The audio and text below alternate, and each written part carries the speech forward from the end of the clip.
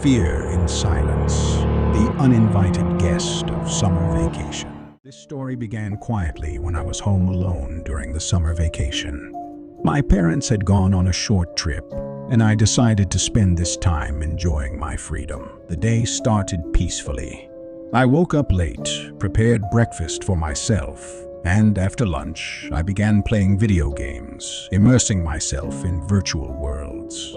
Time passed unnoticed, and suddenly, when I was deeply engrossed in the game, I heard the sound of the door, as if someone had just entered the house. Startled, I turned off the game and began to listen, paying close attention to every sound. Then I heard footsteps in the corridor, and a sense of uncertainty washed over me. But when I went into the hallway, I realized that something was amiss. There was no one in the corridor.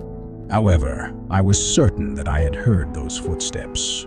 It began to tighten my heart when I realized that the footsteps were coming from my parents' room. Slowly and cautiously, I approached the door and peeked inside. There, in the room, stood a middle-aged man, dressed in a black coat with a dark mask covering his face. He was standing over my parents' bed, looking at me through the mask. I felt a chill inside me. The stranger didn't move, didn't say a word, just nodded his head slowly, as if he were a mannequin. My ability to move and breathe seemed to freeze. When he finally relaxed, I decided to run. But when I reached the corridor, the door downstairs was locked. I turned around, and the man was standing on the upper steps of the staircase. He began to approach, step by step, getting closer and closer. I was trapped in the house with him. My hand trembled as I took out my mobile phone to call the police. Just as I was dialing the number, the man pulled out a knife and stepped closer. I could feel the cold metal of the knife touching my hand.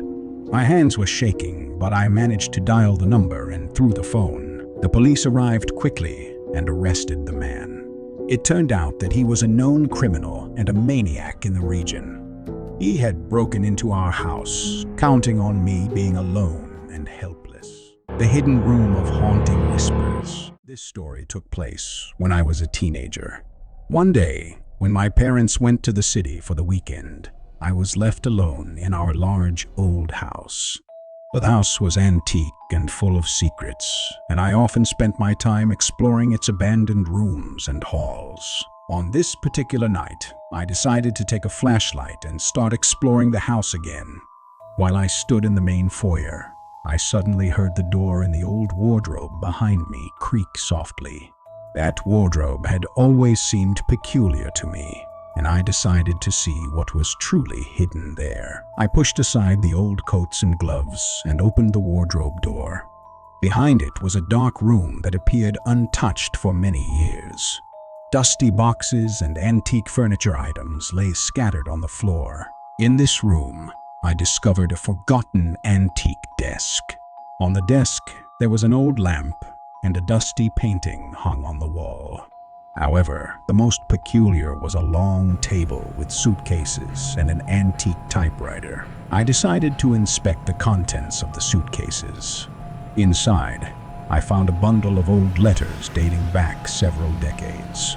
They spoke of mysterious disappearances in the house and strange sounds in the night. As I read the letters, I suddenly heard faint, shuffling footsteps behind me.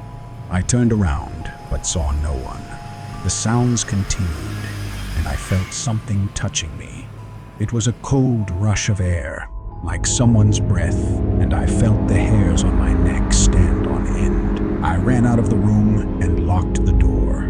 Since then, the mysterious room remained forgotten, forever sealing its dark secrets. Stories are just stories, but the strange events that occurred that night always remind me that every old house conceals its secrets. Midnight Visitor, a chilling encounter. When I was 15, my mother often had to work night shifts, leaving me alone at home.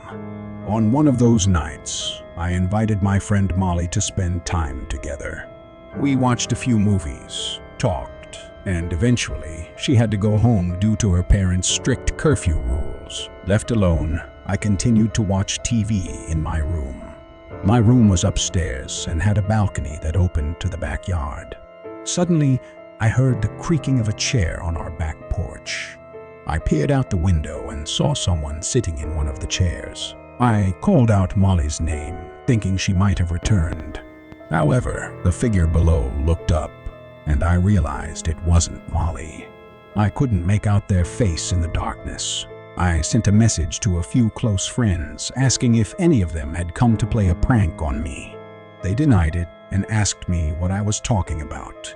I didn't think they would come to my house at this hour. Terrified, I turned off the lights and sat on the bed in the darkness, trying not to move and avoiding turning on my phone screen to avoid drawing attention.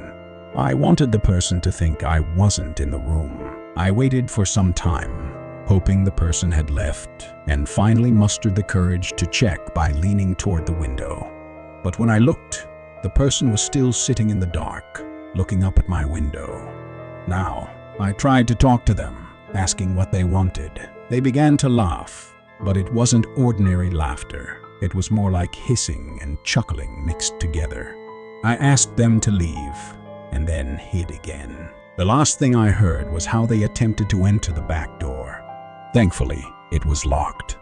I stayed in my room until morning when my mom returned home. I told her what had happened, and she was upset that I didn't call the police.